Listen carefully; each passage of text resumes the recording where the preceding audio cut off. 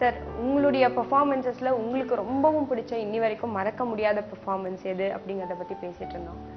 கண்டிப்பா. Actually sickle குருச்சரனோட சிங்கப்பூர்ல ஒரு கான்சர்ட் எஸ்பிளனேட் அந்த ஒரு கலையரங்கத்தில் நாங்கள் பண்ண நிகழ்ச்சி 2008 நவம்பரில் பண்ணோம். அதில் வந்து ஒரு அங்கே வந்து வெளியூரில் வந்து நிகழ்ச்சி பண்ணும்போது எல்லாமே ரொம்ப ப்ரீசெட்டாக இருக்கும். அஸ் இன் லைட்ஸ் பர்சனுக்கு வந்து எல்லாமே கரெக்டாக க்யூ கொடுத்து இந்தந்த பீசஸ் இங்கே பண்ண போகிறோம், இதுக்கப்புறம் இது வரப்போகுதுன்னு. ஸோ அன்லைக் த பர்ஃபார்மன்ஸஸ் இங்கே பண்ணுற மாதிரி அந்த ஸ்பான்டேனிட்டி எலிமெண்ட் கொஞ்சம் குறைவாக இருக்கும். பிகாஸ் எல்லாமே கொஞ்சம் கோரியோகிராஃப்ட். திடீர்னு வந்து எனக்கு ஏதோ ஒரு இன்ஸ்பிரேஷன் வந்தது. தட் இஸ் ஒரு அன்னமாச்சாரியார் காம்போசிஷன் இருக்குது, ஷீராப்தி கன்னியாக்கு கொண்டு வந்து மகாலட்சுமி பற்றி ஒரு காம்போசிஷன் பண்ணலான்னு சொல்லி நான் சும்மா ஆரம்பித்தேன். குருச்சரணம் பாட ஆரம்பிச்சிட்டார். லைட்ஸ் பர்சனுக்கு அது தெரியாது. And he is a Chinese person. அவருக்கு என்ன அஃபெக்ட் ஆச்சுன்னு தெரியல, என்ன ஆச்சுன்னு தெரியல. அப்புறம் லேட்டராக சொன்னார், அவரே அழ ஆரம்பிச்சிட்டாருன்னு. அவர் வந்து கரெக்டாக வந்து அதில் மகாலட்சுமி பற்றி இருக்கும்போது ஒரு தாயாரோட ஒரு கோபோ ஹி யூஸ்ட் இமேஜ் பண்ணி வந்து அது ஒரு கோல்டன் லைட் ஷைன் பண்ணார் எங்கள் மேலே. அதே அவருக்கு நாங்கள் கியூஏ சொல்லிக் கொடுக்கல. அத்தனைக்கு அவருக்கு வந்து தமிழ் புரியாது, டெஃபினெட்லி நாட் தெலுங்கு புரியாது. எப்படி அவருக்கு அது தன்னால் தோணித்துன்னு தெரியல. அப்புறம் அவர் சொன்னார், ரொம்ப மூவ் ஆகிட்டார், இது பண்ணார். அது it's a very unforgettable performance to me because the audience was equally moved. யாருமே எழுந்தே போகலை. Despite the fact they were move, they did not move.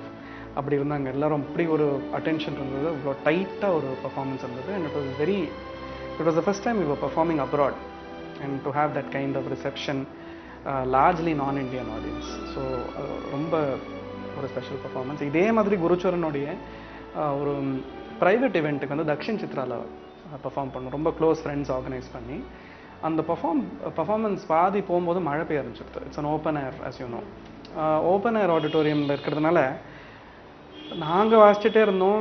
Performance continue ஆகிட்டே இருந்தது. பட் மழை பெய்ய ஆரம்பிக்கிறது. அண்ட் லேஸ் தூரல் இல்லை, நல்லா கனமழையாக வந்துட்டுருக்கு. யாருமே நகரவே இல்லை. ஸோ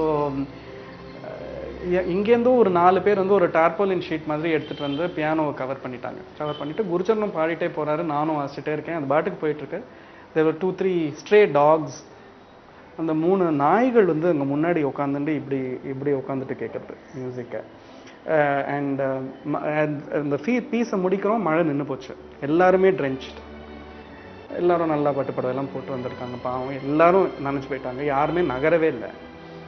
சரி இது பண்ணி நான் சொன்னேன், இப்போ if you feel we can stop அப்படின்னு. இல்லை கண்டினியூ அப்படின்ட்டாங்க பர்ஃபார்மன்ஸில் ஆடியன்ஸ் எல்லாம். நாங்கள் அப்போ மழையும் நின்று போச்சு. நெக்ஸ்ட் பீஸ் ஆரம்பிக்கணும், திருப்பி மழை வருது. அண்ட் திருப்பி யாரும் வந்து நகரவே இல்லை. ஸோ இப்படியே போச்சு அந்த performance. Everybody was thoroughly wet but thoroughly enjoyed themselves, including the musicians and the instruments. It's a very special performance, especially I will not forget those dogs sitting so attentively and listening to it. That's so touching. ரொம்ப ஒரு again I felt அந்த மாதிரி ஒரு blessing இருக்கிற மாதிரி ஒரு feeling. These 2 performances உன்னியோட Lady Andal ஹாலில் வந்து ஒரு 2010 மார்ச்சில் பெர்ஃபார்ம் பண்ணும்போது both of us ஒரு மாதிரி ஒரு மாய்ஸ்ட் ஆகிடுது கண்ணே. அவர் வந்து நின்னையே ரதி என்று அழைக்கிறேன் அடி, பாரதியார் காம்போசிஷன் சிந்து பைரவியில் பாடும்போது அவருக்கே ஒரு மாதிரி ஒரு he told me later இந்த மாதிரி he came and hugged me at the end of that piece. He said I have never sounded like this அப்படின்னாரு. I don't think I have also sounded like that. அந்த மாதிரி சில special concerts are there where everything just sort of comes together. இப்போ உங்களுடைய music கரியரில் ஆரம்பத்திலேருந்து உங்கள் கூட இருந்த ஒரு special person who's always been ஒரு பெரிய சப்போர்ட்டாக இருந்ததுன்னா அது யார்? அம்மா. ஓகே. ஸோ உங்கள் அம்மா வந்து உங்களுக்கு எந்த மாதிரி இன்புட்ஸ் கொடுப்பாங்க? அம்மானால தான் I started playing the piano because she bravely went ahead and made me play, made me go to class. அது மட்டும் இல்லாமல் ஐ திங்க் மெட்ராஸில் நான் பண்ண எல்லா பர்ஃபார்மன்ஸுக்கும் வந்திருப்பாங்க. எங்கே இருந்தாலும் சரி, என்ன கைண்ட் ஆஃப் பர்ஃபார்மன்ஸாக இருந்தாலும் சரி, இன்புட்ஸே இருக்காது. அம்மா ஒன்லி இது பியானோ நீங்கள் நல்லா கேட்டுதா இல்லையா அப்படின்ற ஒரே இன்புட் தான் கொடுப்பாங்க. She is my best sound mix. என்னமோ இன்னைக்கு என்ன நல்லா கேட்கல அப்படின்னாக்க I know that the performance was not to her satisfaction. She never say I did not play well. And in the last 2 years my wife whose also come to every one of my performances. She is more exacting than my mother. So she sometimes she tell me எனக்கு this did move me அப்படின்றாங்க. So இப்போ நீங்கள் வந்து film ஆர்டிஸ்டோட work பண்ணும்பொழுது உங்களுக்கு அதில் உங்களுடைய ஃபேவரட் கம்போசர், உங்களுடைய ஃபேவரட் சாங்ஸ் அதை பற்றி கொஞ்சம் சொல்லுங்கள். மை ஃபேவரட் கம்போசர் நான் யோசிக்க கூட வேண்டாம். இட் வில் ஆல்வேஸ் பி இசைஞானி இளையராஜா. அண்ட் ஃபேவரட் சாங்ஸ்னாக்க நான் எதை சொல்கிறது, ஒன்று முத்து, ஒன்று மணி, ஒன்று ரயில், ஒன்று சொல்கிறதுக்கு வந்து every one of them is a fantastic composition. Every one of his songs is a masterpiece. So, I mean, any classical musician, especially people who've grown up in Chennai in the 70s and 80s, will not have any other favorite film composer. So, எல்லா பாட்டுமே எனக்கு favourite தான். ஸ்பெசிஃபிக்காக சொல்லணுன்னா Rajaparvai is one of my favourite soundtracks. Actually அதான் அது சொல்லக்கூடாது, எல்லாமே தான். ஸோ நீங்கள் வந்து அவருடைய சாங்ஸ் நீங்கள் வந்து ஸ்டேஜில் ப்ரெசென்ட் பண்ணியிருக்கீங்க.